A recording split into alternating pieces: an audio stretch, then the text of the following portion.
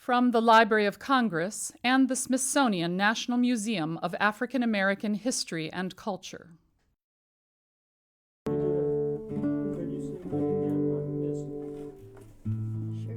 What's that? Want to do a little bit of Tree of Life again? Had to go. Ain't you got it right? Ain't you got a ride?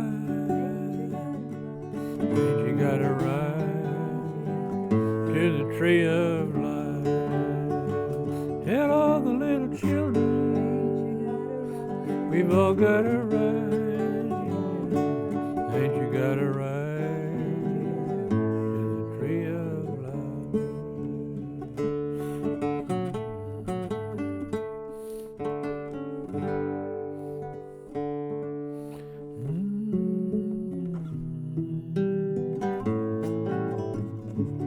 Ain't you got a ride? We've all got a ride. Ain't you got a ride to the tree of life? Mr. Guy Carawan and Mrs. Candie Carawan are kindly hosting us today at their home at the Highlander Center in Newmarket, Tennessee. My name is Joseph Mosnier of the Southern Oral History Program at the University of North Carolina at Chapel Hill. I'm with Mr. John Bishop, our videographer, and we are here to do an interview for the Civil Rights History Project, which is a joint undertaking of the Smithsonian National Museum of African American History and Culture and the Library of Congress. Today is Monday, September 19, 2011. John, any recording notes? No XD cam. No XD card Chips, today. yeah. Yeah, okay. Mr. and Ms. Carawan, thank you for the warm welcome. It's just a wonderful pleasure and an honor to be with you. Thank you. Great to have Thank you. I thought, and thank you for the wonderful music to open us up there. I thought we might start just talking a little bit about 1960 and the two of you meeting at Highlander and how that brought you both then right thick into the middle of the movement. Of course, that wasn't new for either of you. Well, Highlander hosted the first gathering of people who'd been involved in the sit-ins, April 1st to 3rd, 1960. That's when Highlander was in Monteagle, Tennessee, and Guy was already working at Highlander as a volunteer, having come in 1959, and I came up with a delegation of students from Nashville, having been involved in the sit-ins there, and it was just an incredible weekend. I mean, I could start with the part of Guy and I meeting each other. He was teaching songs, and we'd had some songs in Nashville. We'd been in jail and used some singing to sort of keep our spirits up, but we didn't have what I would call freedom songs. And he taught us, I'm going to sit at the welcome table, keep your eyes on the prize, and we shall overcome. And I know for the people from Nashville, that was just so incredible to have those songs because they were so perfect. And I think for the students from around the South, that was true. But it was an incredible weekend in other ways. Miles Horton, the director of Highlander, and 2 or 3 other people used the Highlander process, which is asking a lot of really questions that really got you thinking and got you thinking beyond, you know, what you've done so far to think about next steps. And, you know, we had breakout sessions on what the meaning of nonviolence is, whether it was a tactic or a philosophy for us, what was our relationship with the adult communities that had already been working to try to dismantle segregation. What about the notion of if you were arrested, rather than coming out and taking all that bail money, staying in jail to put more pressure on the system? So there were just a range of questions that we struggled with that weekend, and it was a very heady time just to meet the other people who've been involved in similar situations. I don't know about Guy's memory. He was such an important part of that weekend, but I don't know if you remember the moment you met me, Guy. Oh boy. Hallelujah. Or a few other things. I know other people that we've talked to remember it, that whenever the meeting got too heavy or the questions were too hard or whatever, Guy would go off in the room with his guitar, and James Bevel and Bernard Lafayette and others would go in there with him, and they would just keep the singing going. So that's actually been true at Highlander historically. It's always dealt with really hard problems and pressed people to really make good decisions, but they've always used the uplift of culture to just enable people to take on some of those hard things and to keep their spirits up. We've always used a lot of music and dance and good food and humor, and so it's part of the Highlander process, actually. Sure. To ask something that I'm sure many have asked, could you maybe say a word recalling the things that spring most quickly to your mind when you think about folks like Septima Clark or Miles Horton or Sophia Horton? Talk a little bit about Septima, Guy, because you were her driver, those early days at Highlander. Great lady. Did you feel like did you feel like you'd fallen into a pretty good job when Miles asked you to drive Septima around the sea? Well, that was incredible to be able to be her driver. But she had to calm down and listen to my superior. Know when to speed up and when to slow down, and I love her.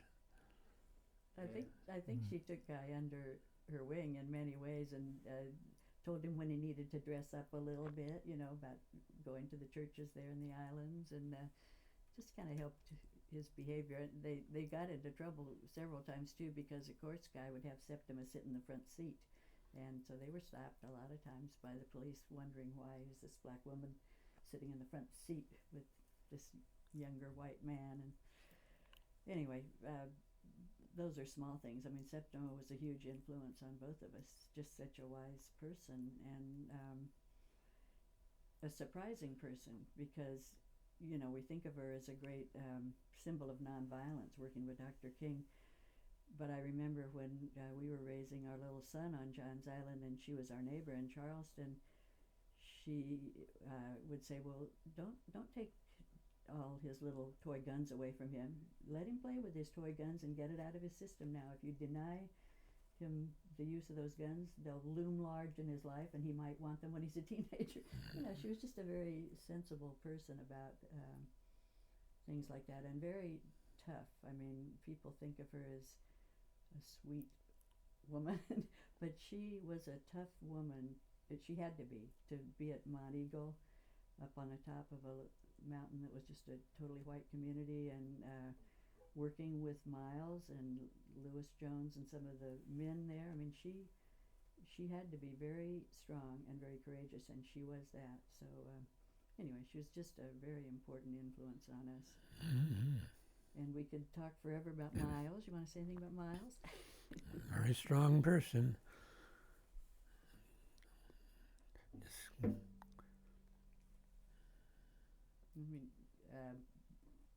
We think of Miles as just an educational visionary. He really was so smart about the kind of education that was practiced at Highlander, is practiced at Highlander, that's very much building on people's own experiences and getting people to think about what they really already know. But he was so down to earth in his sense of humor and his method of talking. He never made anybody feel the least bit intimidated. He always made people feel very comfortable. But he also wouldn't let you get away with anything if you said something really dumb. He would, get you to think about it in a different way. And so he was, just somebody really important, I think, strategically, educationally, to the civil rights movement and to the labor movement. And certainly, there wouldn't be Highlander if Miles hadn't been one of the founding directors and stayed with it. We always try to remind people that Highlander has always been a team of people working, and there have always been women as well as a strong male director. But his educational vision really was so key, and is still the living, heritage here that we all work on. Yeah. Ms. Carawan, let me ask you the question about What was it when you think back that motivated a young woman, college age in California, to come all the way to Fisk University as an exchange student? That was obviously something that a small handful of people did, but not many. And why did you want to do that? Well, first thing I'd say is I grew up in a family with very progressive ideas and very strong ideas about fairness and equality for everyone. And, so I mean, I'd heard all my life in the Unitarian Fellowship I went to, and the Girl Scouts, all these things about treating people fairly. And then when I was in high school, the Montgomery bus boycott took place, and Martin Luther King began to get national publicity, and all of that was just very interesting to me. I remember studying some about Gandhi also when I was in high school. Just one thing I'd say is, growing up in the 1950s, you're part of the silent generation, and there's a lot of fear because of the McCarthy hearings. That was another thing. When we first got our television set, one of the first things we watched were the McCarthy hearings, and my father was just absolutely livid about them. And, so when something began to stir in the South, it was like, oh, maybe something else is possible. Maybe somebody's not going to be so silent. And I heard about the Fisk exchange program when I was still in high school. Somebody came back to my high school from Pomona College and talked about having gone on this interesting program. And I thought, that sounds quite interesting. And that made me especially interested in Pomona, though I was looking at some other colleges as well. My father liked Pomona very much just for other reasons. He thought it was very good academically. And so we agreed I should apply there, and I applied and went to Pomona. And my sophomore year, one of my very good friends went to Fisk, and the person she exchanged with, Marietta Dockery, became my roommate at Pomona. So when I was a junior, and a lot of my friends were making their plans to go abroad for their junior year, whatever, that's when I applied to go on the Fisk exchange program, and my timing was just so lucky because I happened to go in January of 1960. And that semester between January and June of 1960 was just such a crucial time in Nashville, and I was just lucky enough to be there. Among your materials and wonderful collection at the Southern Historical Collection at Chapel Hill, I enjoyed sitting down with some of those materials before we came out for this visit, and I listened to an interview that you gave, a recording of an interview that you gave, a speech that you gave on the campus. I think it wasn't dated, but probably guessing that fall after you returned, still in 1960, referring back to the prior spring. And one thing that you mentioned, you were describing broadly the whole sit-in movement in Nashville and your jailing and trial and such, but you also said one thing I wanted to ask about, that you recalled that at an NAACP meeting, still would have been in January, someone came and said, hey, you know what? There's going to be a sit-in in Greensboro coming up pretty soon. Do you have any recollection of that? In other words, that throughout the NAACP network, there was already a sense that Greensboro would kick things off. I don't remember that. What I mostly remember is, we were already having nonviolent trainings at Fisk that Reverend James Lawson was running, and we felt like we were preparing for something, but we didn't know what. And I can just remember the electric feeling when that Greensboro sit-in did take place, and the news came to Nashville, and we said, oh, well, that's what we need to do.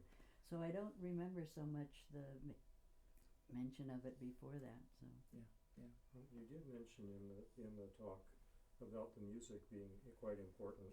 Oh, there we go. I'm sorry. Okay, We're back after a short break. Yeah. You mentioned that you would sing back and forth in the cells and stuff. Were there any particular songs that were particularly meaningful to you? Well, we had one song that was a forerunner to a freedom song. It was to the spiritual Amen, Amen. We would sing civil rights, justice, justice.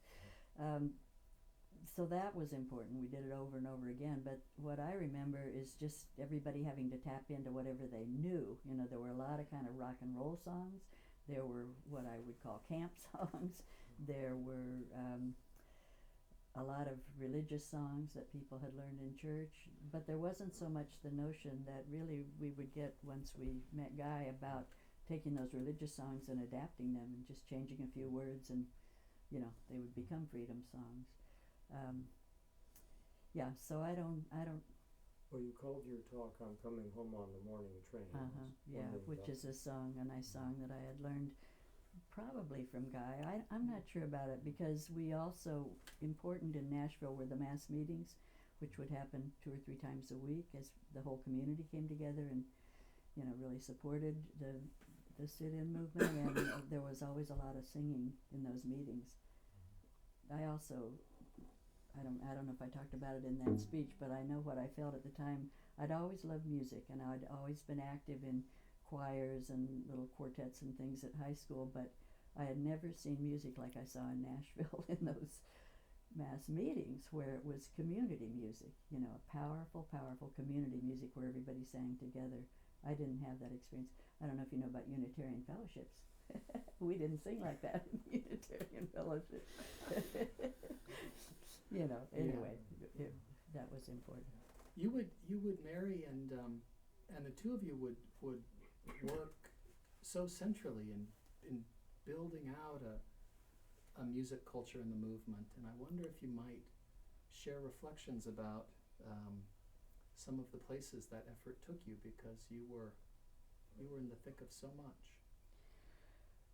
Well, I'm just so sorry, guys. I'm not going to pull all these memories out, and I just want to say a little bit more about him, because in those years, he was very much my teacher. My experience in music was really limited when I first got involved in the movement.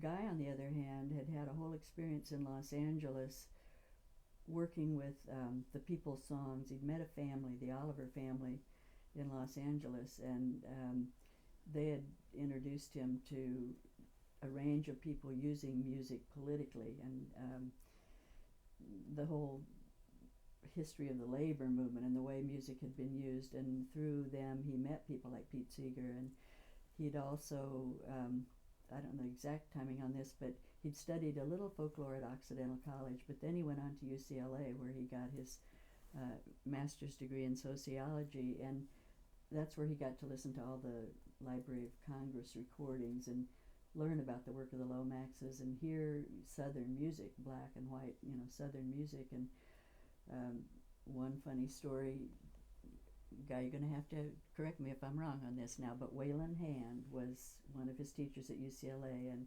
wasn't he the president of the American Folklore Society at that point? He warned Guy, because Guy was writing some papers about more of the political uses of music, and he warned Guy. He said, well, you can hang out with people like Pete Seeger if you want to, he said, but what you really need to do is just let a folk song be a folk song. He said, look at, this can really be corrupted. He said, look at the way the Germans, the Nazis, took their folk music and used it in a right-wing movement, and he said, you're much better to just let a folk song be a folk song. And I always laughed about that, because obviously Guy didn't take that too seriously. But all this to say, well, I'm going to backtrack for one more thing too. Once Guy did meet Pete Seeger at a party in Topanga Canyon, heard him play the banjo, and he said he came home that night and dreamed about banjos. Pete is the one that told Guy about Highlander. Guy told Pete he wanted to travel around the South and see where his parents had grown up, Charleston, South Carolina for his mother, and rural North Carolina for his father. And Pete said, oh, well, it's a great idea for you to travel the South. And he said, you should visit a place called the Highlander Folk School, because that's a place where there's a lot of music, and they're using it, as part of people's struggles. And so, summer of 1953, Guy goes around the South with Ramblin' Jack Elliott and Frank Hamilton for 10 weeks, and they end up spending a couple of weeks at Highlander, and obviously that was a really important visit and was going to impact the rest of Guy's life. So just, to get back to your question, I was lucky enough to meet Guy, and we were married in 1961, and I just became his helper in those early years. He was the one that was invited out to Southern communities. As people came to Highlander to workshops about the civil rights movement. Guy would be there to teach songs that he knew, but to also learn songs that people brought with them. And people in black communities liked that. I think they thought it was a novelty. Here's this, as Dorothy Cotton would say, tall, skinny white boy with a guitar who liked this music, you know. So he was invited to many, many, many communities around the South to come and to go into the churches. They didn't like him playing the banjo in the churches, but the guitar was fine. And you know, once we were married, I was just lucky enough to go with him part of the time. And I mean, there are lots of stories we could tell about that. In Clarksdale, Mississippi, he was invited to do a joint concert with a young woman who was studying opera, Mary Jane Piggy. Mrs. Piggy is the one that invited Guy, and so they did a joint concert. Guy did his folk songs, and Mary Jane did her the opera that she was learning. It was a wonderful concert. But when we left the church, this is Clarksdale, Mississippi, we were followed by the police. Well, first of all, community members said, well, we're going to follow you out of town now because it's very dangerous. You're in the black part of town. They know you're here. So we were escorted, but the police stopped us anyway, and I was very pregnant at the time, and they took us right off to jail. So, you know, we had our ups and downs, but mostly we had the warmth of civil rights communities welcoming us into their churches and into their homes. And I mean, I could just speak for myself. I was just learning a whole thing about American society that I was so privileged to be learning. And I know Guy he knew a lot more musically than I did, but I think he was also learning about the strength of communities when they start organizing, and you know, the notions that we could build a different kind of country. Very, very rich times. Amen. Hey, woman. Could we do a bit of a song or two that were songs that?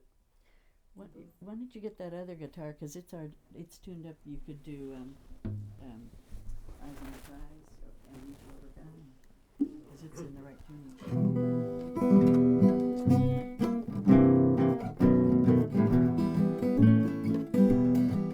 Paul and Silas bound in jail, had no one for to go their bail. Keep your eyes on the prize. Hold on, hold on, hold on, hold on.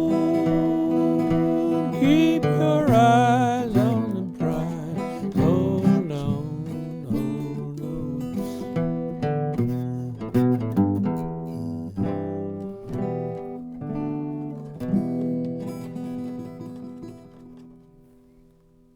That was short. Hmm? Did you want to do a little bit of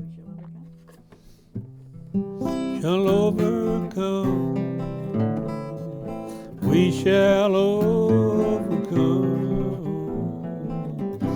We shall overcome someday. Oh, deep in my heart, I do believe we shall overcome someday. Verse that Miles says he wrote, "Truth will Make us free. The truth will make us free. The truth will make us free someday. Oh, deep in my heart, I do believe we shall overcome someday.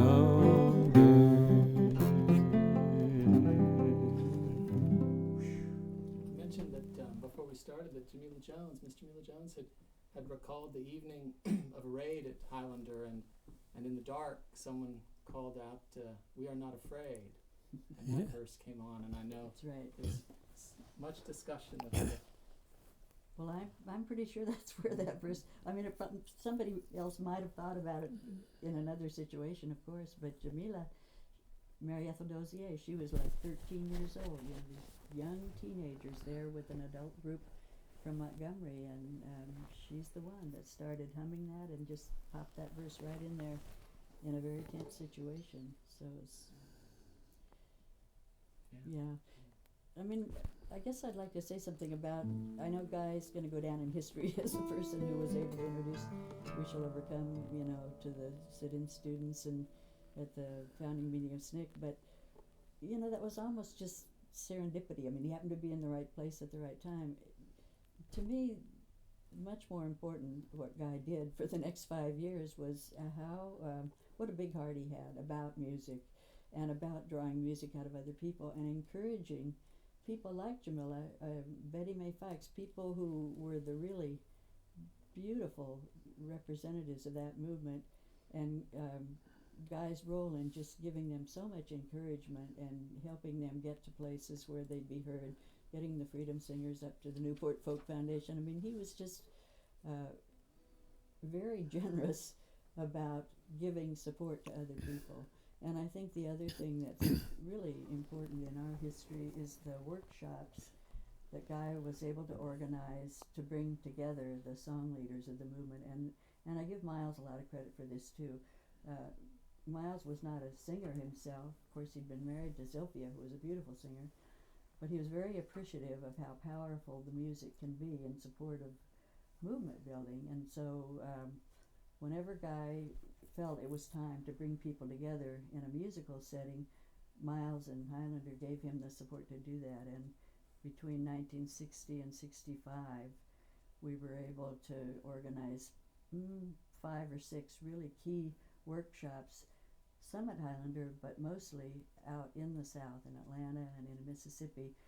And, you know, Guy was so good about getting on the phone and sending out a letter, not so much to specific individuals, but to communities, and say, send us your song leaders, you know, we're going to share repertoire, we're going to learn from each other and help, you know, this incredible movement, music that's growing, grow. So those workshops were very key. And another thing I always was impressed about Guy, in 1961, in the summer, we were living at Highlander, and it was the period when so many people had gone to jail in the Freedom Rides, and they were all in Mississippi, having gone to Parchman Penitentiary, and they were going to come out, be released in Jackson, and somebody called Guy and invited him to come down and lead singing. So he gets down to the release of the Freedom Riders in Jackson to lead singing, and he suddenly realizes that these people have been in jail together for months, and they do not need anyone to lead singing.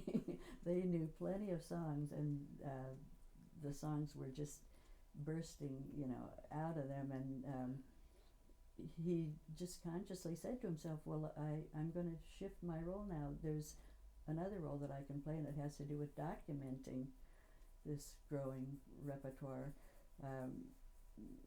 You know, and so that's when he bought a big Ampex tape recorder and began getting around the South and recording the songs of the movement. And he knew that people making the movement were too busy to document themselves, but he also knew, having a relationship with Mo Ash at Folkways Records and Oak Publications, he knew that there would be a way to,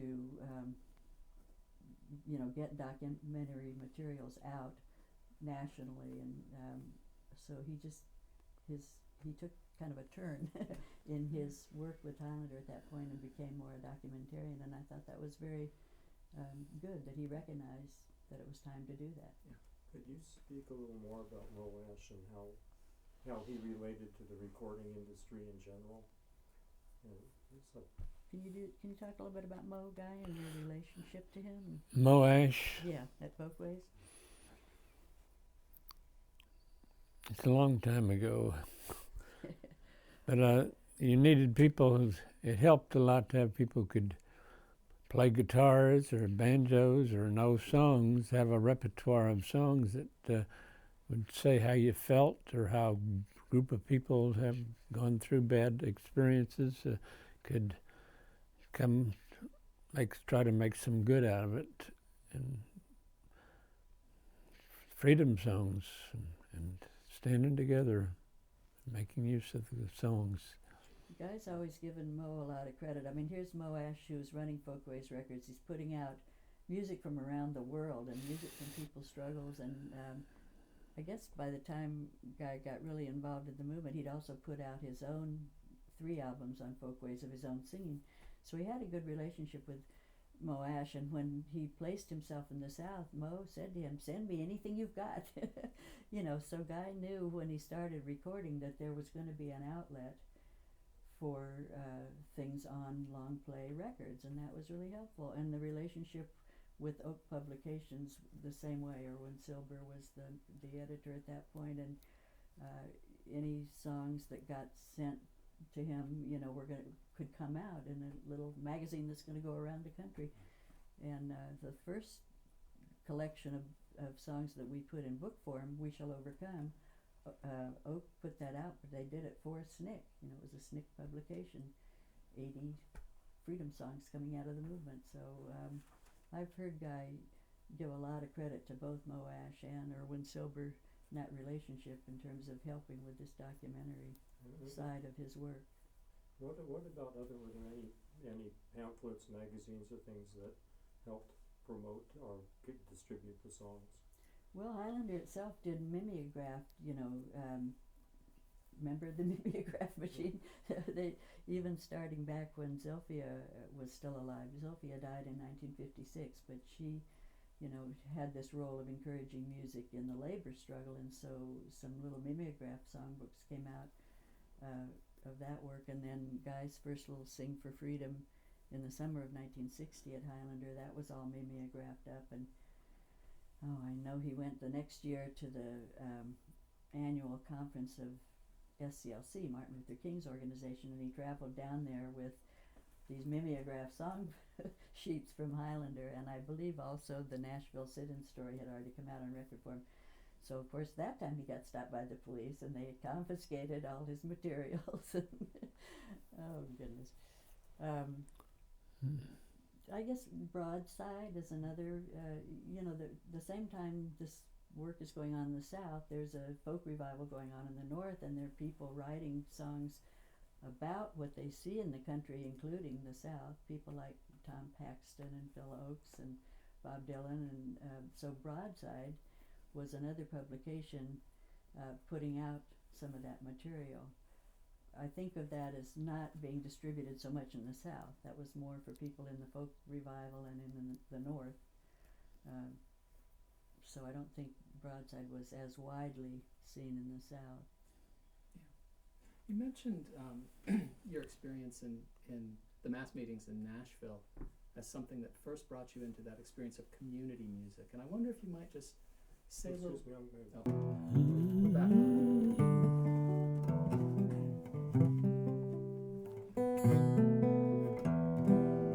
Paul and Silas bound in jail, had no one for to go their bail. Keep your eyes on the prize. Hold on, hold on, hold on, hold on.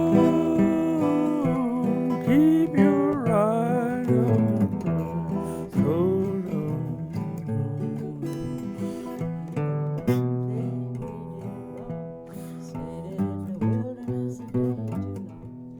Keep your eyes on the prize. Hold on, hold on.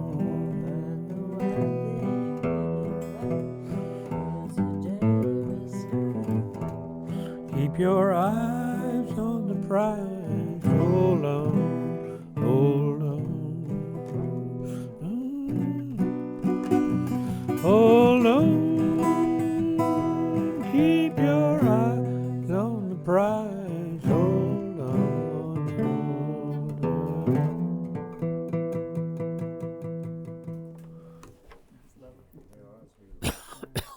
I was going to ask before we took that last break to adjust the lighting, if you could talk a little bit more about the sense of community that carried the movement through song. That sense of... You had to be there. It's hard to talk about. I mean, first of all, just the sense of unity and movement and the idea that you're building a beloved community. I mean, it seems so far from the way we are in this country now. You know, we all become so cynical, but in those days, you know, we were full of hope. We really thought things would change. And, you know, looking back at the 50th anniversary of SNCC that we went to, a lot did change, you know, but yeah, I mean, the music was extremely important, and I liked it when John Lewis said, well, the movement without its music would be like a bird without its wings. You know, that was a really poetic way to say it. And when I've heard Guy talk a lot about the music and the movement overall, he's always good to point out that there were songs for every mood. You know, there were the very jubilant songs, there were the very sad songs when someone was killed, you know, there were the songs you used at parties, there was all the humor where you picked fun at people, the satire. And then Bernice Regan, you know, we worked together on the We Shall Overcome Fund, which distributes the royalties for When We Shall Overcome is used commercially, and those royalties go back into the South, into Southern communities. And we have an annual meeting, and I've heard Bernice talk about the power of the music as a violent tool. You know, that when you're up against such powers of oppression, and you're not going to use violence, but you need things that help you feel strong and that show your strength. She talked about how aggressive the music was, and that's one thing that pulled her into the movement in Albany, because it was the aggressiveness and the power of the music. So yeah, I don't like it when sort of nonviolence gets described as something more passive, or just all these songs are, you know, we all cross our arms and sing We Shall Overcome, that's the cocktail party, or, you know, I think all of that just sells short the actual power that this music had in those times when people were really in motion in this country. And then I would say that a lot of those songs have moved into other movements because they still convey that power. So, you know, in Guy's career, I mean, he went on to work here at Highlander with waves of other groups of people working on other issues, but those songs translate because they do, yeah, they carry that spirit of change. Is there an example of a sad or a satirical song that comes to mind that you might want to share? We're not so good at singing those, but we love those songs that the Nashville Quartet did. You know, you better leave segregation alone because they love segregation like a hound dog loves a bone. Did you interview Bernard Lafayette yet? We have not. Okay, because he's really good on those songs. Yeah. Or my dog loves your dog and your dog loves my dog, so why can't we sit under the apple tree? You know, I mean, they're just, yeah. And then, I mean, in terms of, I don't know if it's sad so much, but when people began to feel like We Shall Overcome is too optimistic, and also when it got a little co-opted and used in so many situations, people switched over and began singing We'll Never Turn Back, which has a different kind of a spirit to it. And a lot, I mean, even these days when you go to gatherings, I mean, people don't like nostalgia about this stuff, and I don't either. I don't feel nostalgic about it. But, you know, if we'll sing We Shall Overcome, often somebody will say, well, let's also sing We'll Never Turn Back. You know, it's a little different kind of a spirit, and yeah, but I'm not going to sing it. Very well. I'm sure there must have been many times when you had ample cause to be fearful, and I wonder how you kind of confronted that fear as a chronic part of living in a context like the South in those years. I just hate to be the one doing so much talking. And I think about that particular question, I mean, yes, there were plenty of times when I personally felt fear, but I think we had nothing to fear compared to what people living and coming up in the Black South had. I mean, they're the ones that really understood. Well, I mean, I talk about it today when people talk about how hard it is to change everything, you know, and I always say, well, can you imagine what it was like in the 1940s and 50s in the Black South? You know, don't you think it was hard then? You know, and yet people organized, and yeah. So I don't know. I mean, I think I almost have more fear thinking of it now. The fact that we had a child in 1962 and pretty much brought him up in the movement between his birth in 62 and 65, when Highlander shifted and started working more in Appalachia. And when I think, you know, about some of the situations where we had a baby with us, it scares me more now. I mean, I think when you're in a movement and you're with colleagues who are in it so totally, and you're seeing the courage of other people, you can overcome your fear, or you can, I don't know, it just takes a little bit different place in your life. But, you know, as an adult now, looking back and knowing what I know about this country and knowing how much violence there really is, I think I'm more, I carry the fear more now than I had at the time. How about we take a little break? Ain't you got a right to the tree of life? Tell all the little children we've got a life. Ain't you got a right to the tree of life?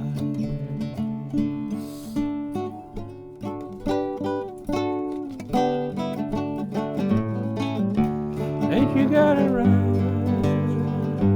We've all got a right. Ain't you got a right to the tree of life? All of my children, we all got a right. Ain't we got a right to the tree of life? Inch by inch and row by row, someone bless these seeds I grow. All the time, da-da-da.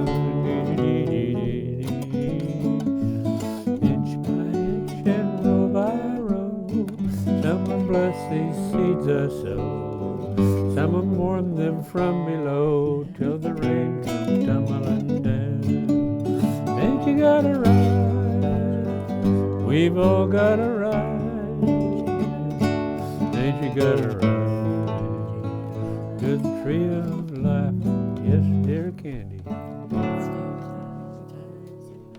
Ties that bind, ties that bind, friends who are lasting kind.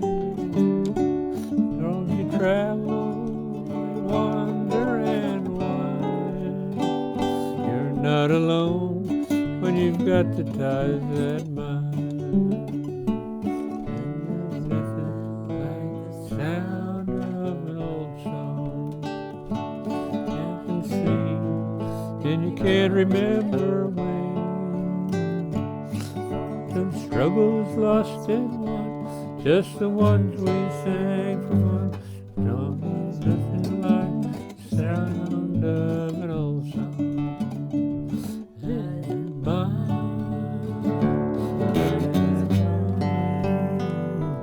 friends who are the lasting time. Though you travel, they wander and wind. You're not alone when you've got the ties that bind. You're not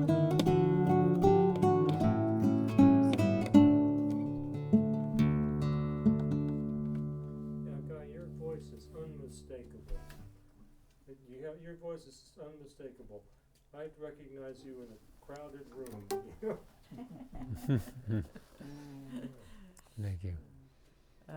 This is a funny story, but I love this. We have a great friend. His name is Ed Cabell, and he's a West Virginia African American, and he's very strong on how long African American people have been in West Virginia and the strong history that they have. And he talks about coming to a workshop at Highlander, and he hadn't met Guy yet, and it was a mixed group of people. And the music started up, and he's looking around. He said, "Somebody in here has been singing with black people." I just love that. I thought that is really a compliment Yeah. to Guy. Yeah, it sure is. Because Andy himself is a beautiful singer, both a church singer and a blues singer, and just a really great person. Yeah. He's organized something called the John Henry Memorial Festival in West Virginia for years to really tell the history of John Henry, but also black people in general up in the coal fields. Mm. Where is he now? Well, now he's in Rome, Georgia. Rome, thank you.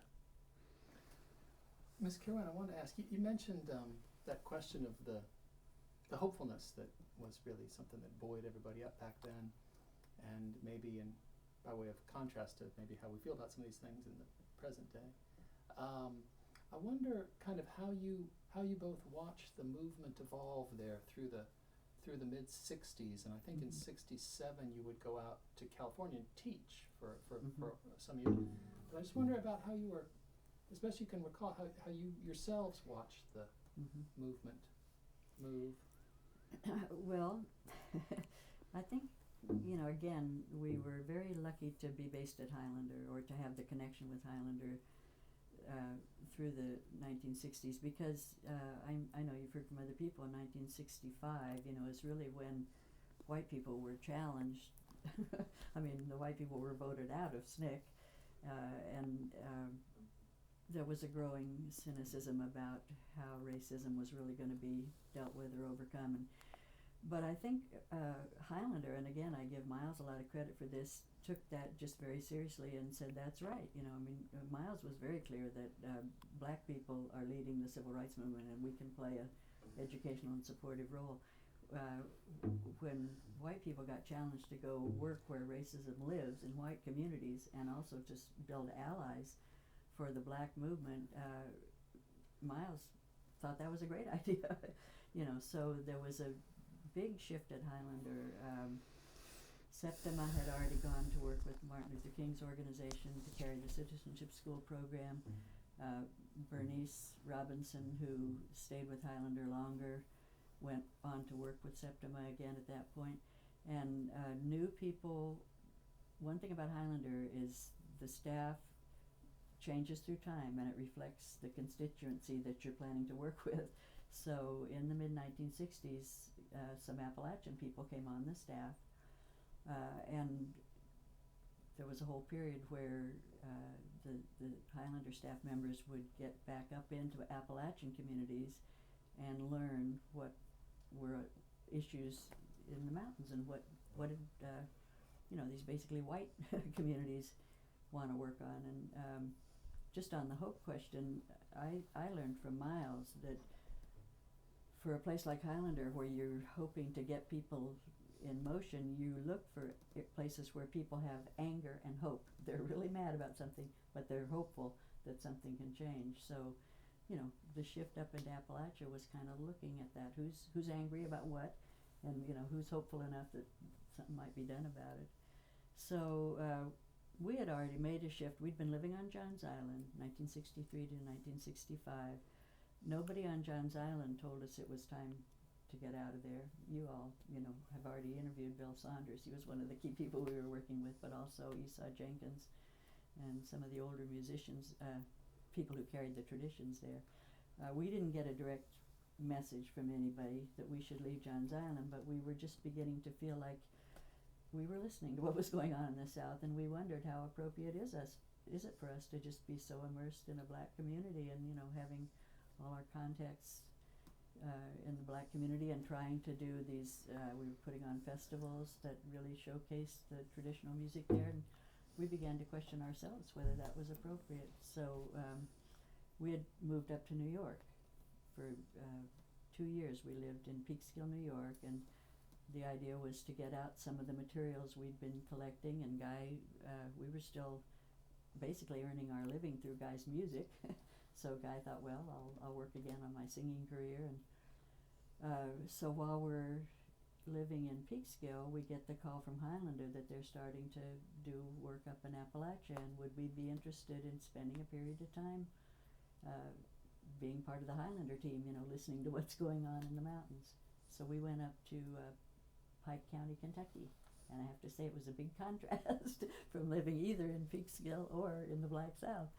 It was a very big learning experience there. And even before we went up there, we went up to Pike County for about 6 months, but even before we went, Guy had a call from Pitzer College in California. It has a lot to do with Bess Hawes, actually. There was a guy teaching political science at Pitzer named Lucian Marquis, and he was a really good friend of Bess and Butch Hawes. And I don't know, I don't actually remember exactly if Bess talked to him or how he knew what Guy was doing in Kentucky, but anyway, Lucian called and said, you know, there's this new college. It's a very experimental college, emphasizing the social sciences, and we just wondered if you might be interested in coming and teaching a course there. And our son was ready to start kindergarten, and we were, you know, not sure what our next moves were going to be. So Guy said, yeah, he thought that would be interesting. Go back to Claremont, good community to put somebody in school. And I always laugh about this, though. We made the move. We got out there. Guy started teaching, and Evan started kindergarten. And after he'd been in kindergarten for about 3 weeks, he came home and he said, "Isn't it about time we'd be moving on?" He was used to, you know, moving from community to community, and he thought it was a little dull. And Guy must have thought so too, because after one semester, he developed an Appalachian field study program where he would actually take students from Pitzer and also from Pomona down into the mountains for a semester. So, Guy, do you have any of the Appalachian songs? I remember you did one, "Hi Ho, the Apple Tree." That was Apple Picker's Reel. Do you remember that? Yeah, Apple Pickers. How's it go? That was one Should used feel to so steel fun. guitar or Hey, oh, make you feel so good. Right then, how the birds go.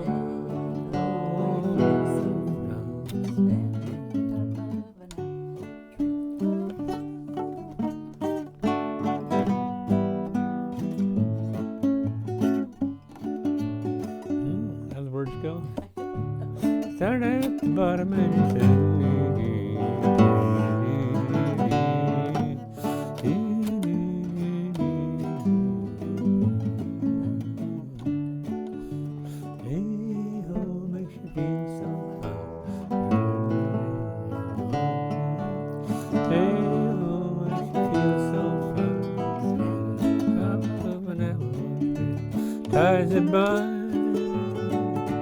ties that bind, friends who are last and kind. Road you travel may wander and wind. You're not alone when you've got the ties that bind. You're not alone when you've got the ties that bind.